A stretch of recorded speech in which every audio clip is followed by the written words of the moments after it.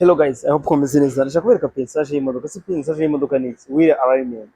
Urabona hari igihe ushobora kurigenda mu muhanda ukabona imodoka utwaye waba uyoboye ukumva vura yawe irashaka kwijyana ku ruhande. Icyo gihe wheel alignment iba yaravuyemo pensage iba yaravuyemo.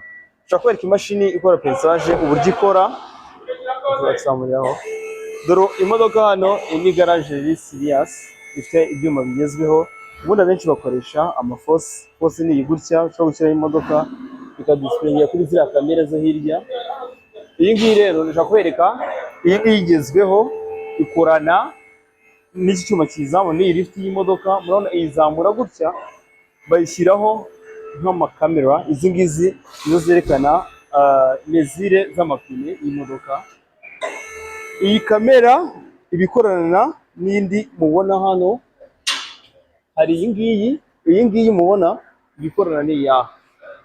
Noneho kuri side ya hano iyi ngiyi igakorana n'iya hano. Ubwo rero image yose displayingira iyereka muri iyi mashini, nibwo bareba ngo ese mezire nyayo tugomba kugenderaho ni iyihe.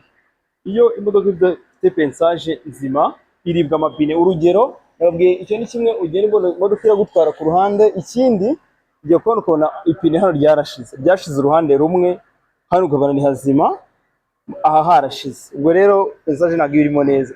Icyo bakora kugira ngo mezire zijyeho ku murongo, hari rotire. Iyi ni rotire y'imodoka, bagifungurira iburo bagenda barishyira kuri mezire nyayo. Iyi niyo igena pensage y'imodoka kugira ngo distance iri hano n'iya hano zize kuba zihuye. Rotire ya hariya n'iya hano zize kuba zihuye kugira ngo wheel alignment ibe ku murongo. Ni rero ikora muri make.